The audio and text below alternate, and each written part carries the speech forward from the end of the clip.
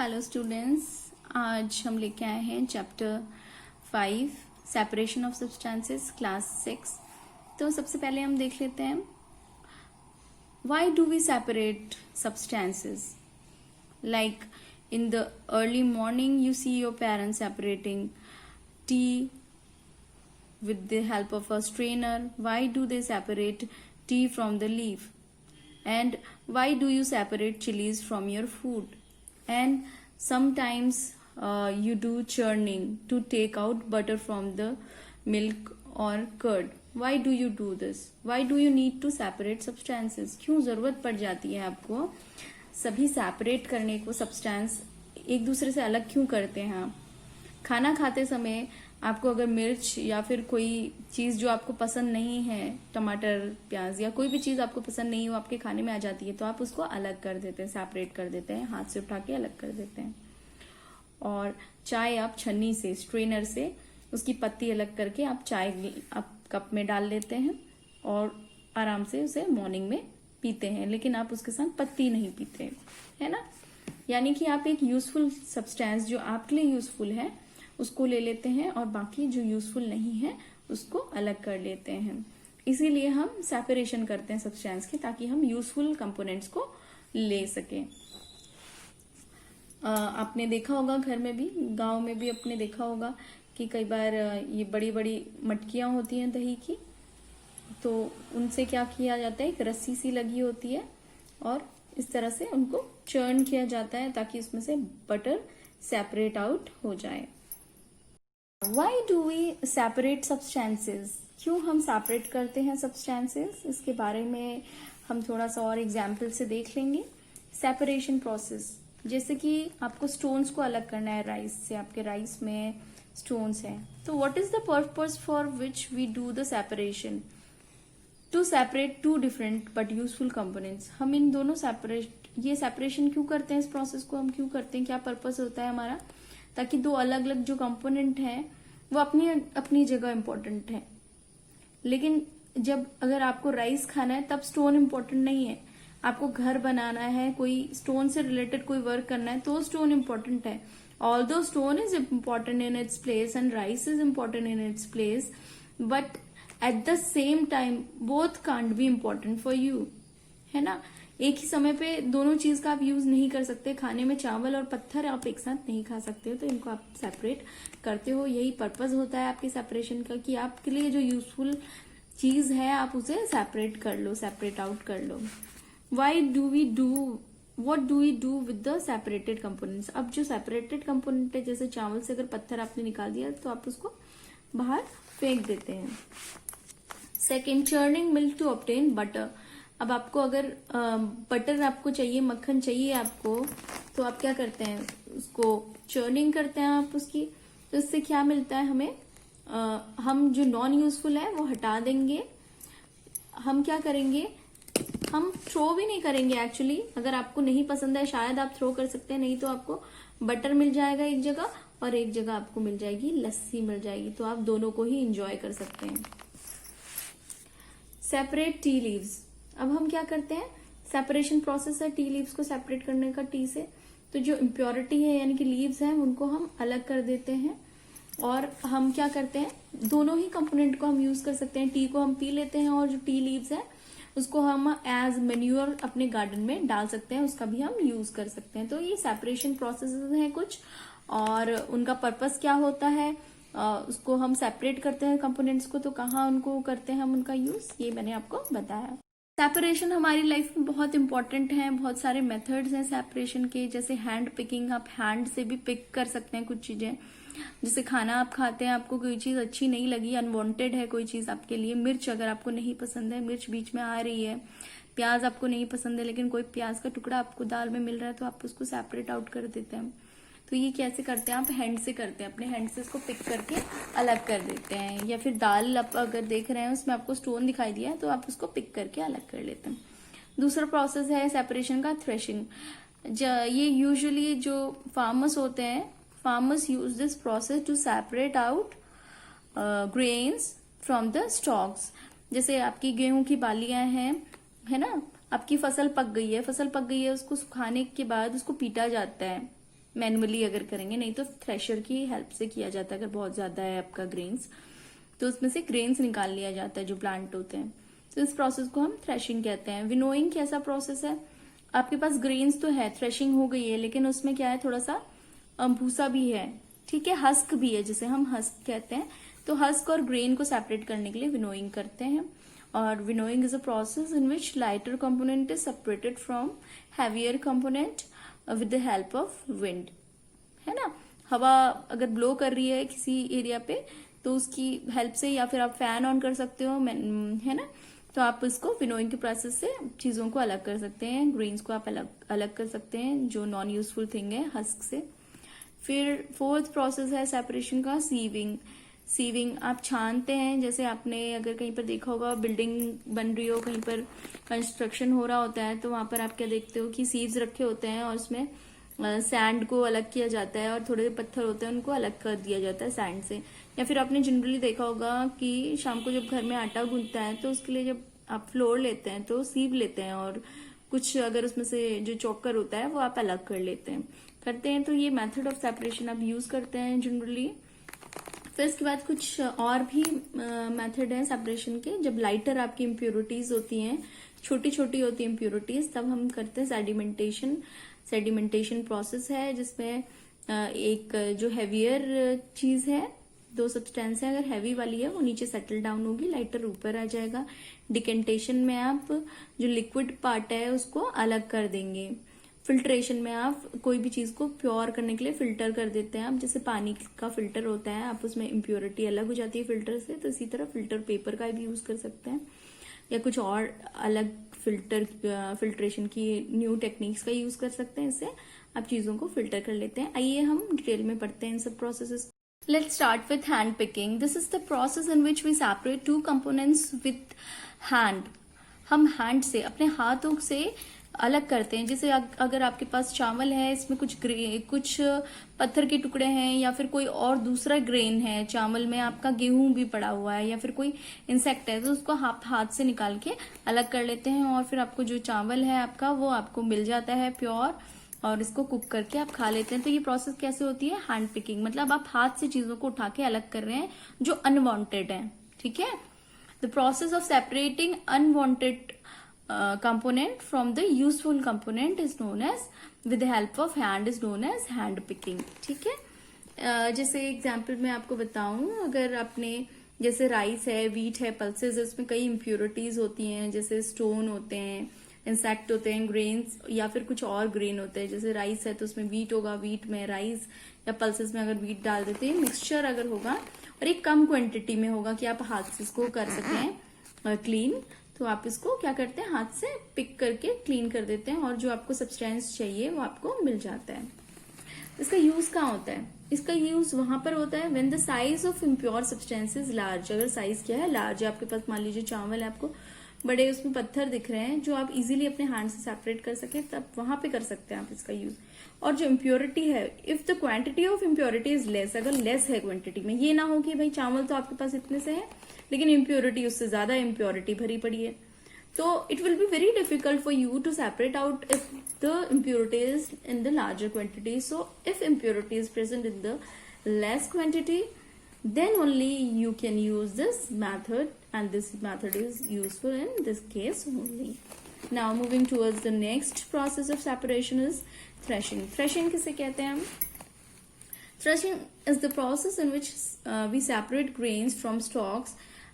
Generally in case of wheat, we separate wheat grains from the stalks. This is done when we dry the stalks of wheat in sun for few days, then we thrash it with the help of thresher, or if the grains and the stalks are in lesser quantity, we do it manually by beating them, and now we get the grains, ठीक है। Threshing में कैसे होता है, आप या तो manually, आपके पास अगर कम स्टॉक्स हैं, आपके पास जो फसल है आपकी, इस तरह से आपकी जो फसल है उसमें दाने लगे हुए हैं, है ना, गेहूं की बालियां हैं बहुत सारा, आपने उनको कटिंग कर ली है, जब वो मच्योर हो गए हैं आपने उनको कट कर लिया है, आपको उनसे ग्रेन्स चाहिए, तो आप उनको पहले क्या करते हैं, सुखा लेते हैं धूप में कुछ दिन, और उसके बाद उनको अगर बहुत कम क्वांटिटी है तो हाथ से ही आप उनको बीट करते हैं, आपको ग्रेन्स मिल जाते हैं। या फिर थ्रेशर्स की हेल्प से यानी कि मशीन की हेल्प से भी थ्रेशिंग का प्रोसेस होता है. Now moving towards one of the important process of separation that is known as winnowing. In this process, farmers use this process to separate grains from the husk. Like you have got the grains after the process of threshing. Now but the grains they consist of husk also. So to get the clean grains, you have to go through the process of winnowing. आपको threshing के process में grains तो मिल गए हैं, लेकिन grains के साथ साथ क्या है, हस्क भी है उसमें थोड़ा सा, ठीक है, घास फूस भी है, उसकी जो स्टॉक्स हैं, पत्तियां हैं, वो सब भी चीजें हैं. तो आपको क्या चाहिए, सिर्फ ग्रेन्स चाहिए. तो उसके लिए क्या करते हैं, हम विनोइंग का प्रोसेस करते हैं. अगर आप लोगों ने गांव में आप रहे होंगे या आपके घर में भी फार्मिंग होती होगी तो आप लोगों ने देखा होगा ये प्रोसेस होता है. ये मैनुअली एक लेडी कर रही है, इसके हाथ में एक सूप है, इस पे रखा हुआ है, इन्होंने ग्रेन्स रखा है, हस्क रखा हुआ है. यहाँ पर से विंड अगर नेचुरली ब्लो कर रही है इस डायरेक्शन में, जो नेचुरल विंड ब्लो कर रही है उस डायरेक्शन में खड़ी है, या फिर हम यहाँ पर फैन का यूज भी कर सकते हैं. तो आपकी जो विंड आ रही है इस डायरेक्शन में ब्लो कर रही है. आपका जो हैवियर है पार्टिकल कंपोनेंट जो है वो तो नीचे आ जाएगा, पाइल अप हो जाएगा, इस तरह से पाइल अप हो जाएगा. और जो लाइटर कंपोनेंट है यानी कि जो हस्क है वो हवा के साथ उड़ता हुआ चला जाएगा, वो सेपरेट आउट हो जाएगा. ठीक है, तो this is the process of winnowing in which we separate out grains from the husk, and this process is generally used by the farmers to separate out husk from the grains. Now moving towards the next process of separation. Sieving is the next process of separation. This is the technique for separating particles of different size. हमें अगर different size के particle को separate करना है तो हम इस process को, इस छानन विधि को हम लेते हैं, एक छन्नी का यूज करते हैं हम इसमें. आपने जनरली रोज आप ये यूज करते होंगे, अगर आप ये नहीं करते अपने अपने पेरेंट्स को यूज करते हुए देखा होगा. फ्लोर आपको जब आप लेते हैं, आटे को लेते हैं तो उसको क्या करते हैं, हम छानते हैं और आपका जो हैवियर पार्टिकल होता है वो ऊपर रह जाता है, इम्प्योरिटी ऊपर रह जाती है, और जो यूजफुल है नीचे आ जाता है, और आप इसका यूज कर लेते हैं. फिर अपने इसको नीडिंग कर लेते हैं और इसको आप चपातीज इसमें से प्रिपेयर कर लेते हैं. तो यहाँ पर भी सीविंग का आप जनरल जो डेली आप देखते हैं सीव का यूज वो यहाँ पे होते हैं. और आपने कंस्ट्रक्शन प्लेसेस में भी देखा होगा इस तरह से छन्नी बड़ी बड़ी आपने लगी हुई देखी होंगी, वहां पर आपने देखा होगा कि सैंड को स्टोन से अलग किया जा रहा है. तो this is the use of sieving in the separation of different substances. इसके बाद हम पढ़ने वाले हैं सेडिमेंटेशन. सेडिमेंटेशन कैसा प्रोसेस है, इस प्रोसेस में हैवियर कंपोनेंट आपके मिक्सचर का पानी में सेटल डाउन हो जाता है और जो लाइटर कंपोनेंट है वो ऊपर आ जाता है. जैसे मान लीजिए चावल है, चावल आपने डाले हुए हैं, ठीक है, उसमें कई बार होता है कुछ गंदगी सी होती है हल्की फुल्की, वो ऊपर आ जाती है पानी में. आपने कई बार अगर धोया होगा चावल को तो आपने ये देखा होगा, ठीक है. आप कुछ देर तक उसको सेटल डाउन करने देते हैं, चावल आपका सेटल डाउन हो गया, आपने अच्छे से उसको वॉश कर दिया, ऊपर इम्प्योरिटी आ जाती है. तो ये जो प्रोसेस जिसमें हैवियर कंपोनेंट नीचे सेटल डाउन हो जाता है वाटर मिक्स करने पर, इस प्रोसेस को हम कहते हैं सेडिमेंटेशन. ठीक, लाइक दिस. ये तो हमने चावल का लिया. अगर वाटर में भी क्या होती है, इम्प्योरिटी आपकी होती है. मिट्टी अगर आ गई है बरसात के टाइम, कुछ टाइम आपने अपनी बकेट को रख दिया है, उसमें वाटर है, तो आपका जो इम्प्योरिटी है, जो सॉइल है, वो नीचे सेटल डाउन हो जाएगा. And this heavier particle gets settle down. This process is known as sedimentation. फिर इसके बाद बच्चों नेक्स्ट इज डिकेंटेशन. डिकेंटेशन किसे कहते हैं, जब आपने दो कंपोनेंट आपके पास है, हेवियर कंपोनेंट है and one is liquid component. This liquid, when this liquid is removed from the other component, this process is known as decantation. जैसे कि आपने चावल वाला केस लिया था, उसमें जो इम्प्योरिटी थी वो पानी के साथ ऊपर आ गई थी, अगर उसको हम बहा दें, निकाल दें उस पानी को, this process is known as decantation. ठीक है, removal of water from the other substance. Other substances remain undisturbed. The sediment is remain undisturbed. It remains undisturbed because we do not disturb it and we take out water from it, and water comes out from the vessel with impurities of rice. Rice की impurities के साथ ही वो पानी बाहर निकल जाता है. अब धोते हैं ना चावल को, क्यों धोना जरूरी है, क्योंकि कहीं ना कुछ impurities होती हैं. चावल में आप पानी डालते हैं, ऊपर थोड़ा सा कचरा सा आ जाता है, उसको आप गिरा देते हैं और आपका चावल साफ हो जाता है. इसके बाद आप उसको कुक कर लेते हैं. ठीक, इसी तरह मतलब अगर आपका पानी गंदा भी है, सेटल डाउन कर लिया है, तो जो ऊपर का पानी है वो आप दूसरे बर्तन में ट्रांसफर कर सकते हैं और आपका नीचे क्या रह जाएगा, जो हेवियर पार्ट है सॉइल है वो आपका गंदगी वहीं पे रह जाएगी। इस प्रोसेस को, डिकेंटेशन प्रोसेस को हम ऑयल और वाटर को सेपरेट करने के लिए भी यूज कर सकते हैं। As you know, oil and water are immiscible liquids, means they do not mix with each other, so we can use this process of decantation to separate them out. Now moving towards other important method of separation, that is filtration. Now method of separating insoluble solid, we are saying insoluble means the solid is not soluble in liquid, मतलब मिल नहीं सकता वो solid, वो ठोस जो liquid में नहीं मिल सकता, उसको हम फिल्ट्रेशन के प्रोसेस से अलग करते हैं। उसके लिए हम क्या करते हैं, मीडियम लेते हैं, जैसे फिल्टर पेपर हमने ले लिया।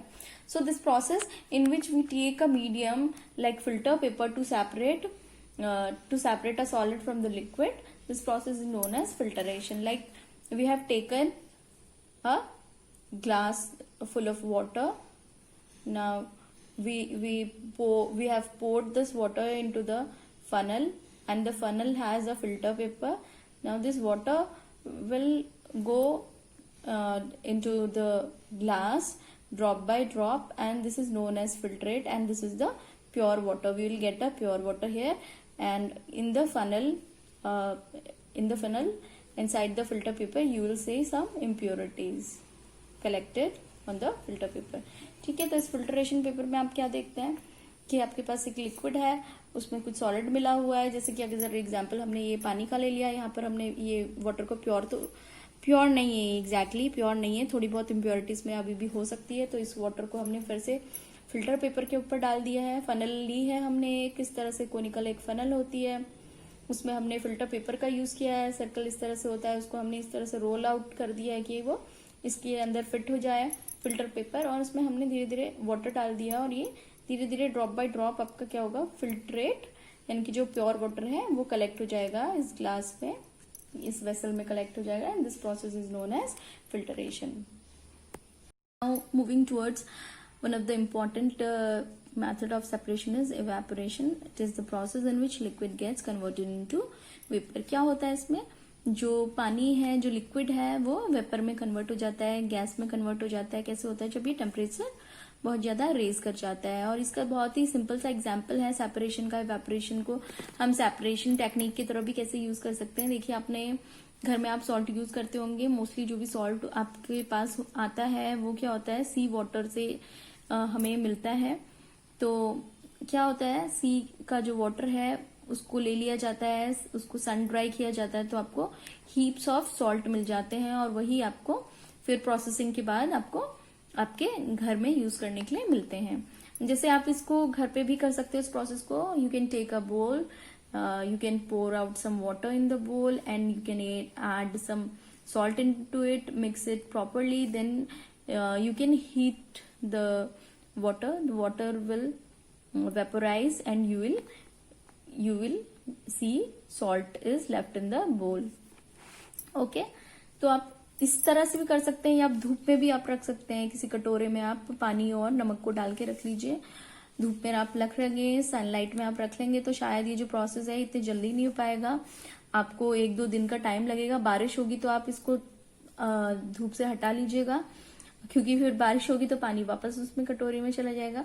लेकिन आप अगर एक सनी डे में इसको रखेंगे, मॉर्निंग में रख देंगे, तो आपको थोड़ा सा अपने वाटर है इसको मिक्स कर दिए सॉल्ट के साथ, तो लास्ट में आप क्या देखेंगे, हो सकता है ये 1 डे में ना हो, ये प्रोसेस 2 या 3 डेज का टाइम भी ले ले, तो लेकिन लास्ट में आप क्या देखेंगे, जो आपने सॉल्ट मिक्स किया था वो आपको आपका जो भी वेसल है उसके नीचे आपको मिलेगा, और आपका पानी आपको नहीं नजर आएगा। तो ये प्रोसेस है, इसको हम एवेपोरेशन कहते हैं। एवेपोरेशन का प्रोसेस तब होता है जब कोई लिक्विड का टेम्परेचर राइज होता है और वो लिक्विड वेपर स्टेज में कन्वर्ट हो जाती है, ऊपर उठ जाती है, तो आपके पास सिर्फ क्या बच जाता है, जो सॉलिड पोर्शन है वो आपके पास बच जाता है। तो इससे भी हम सेपरेशन कर सकते हैं।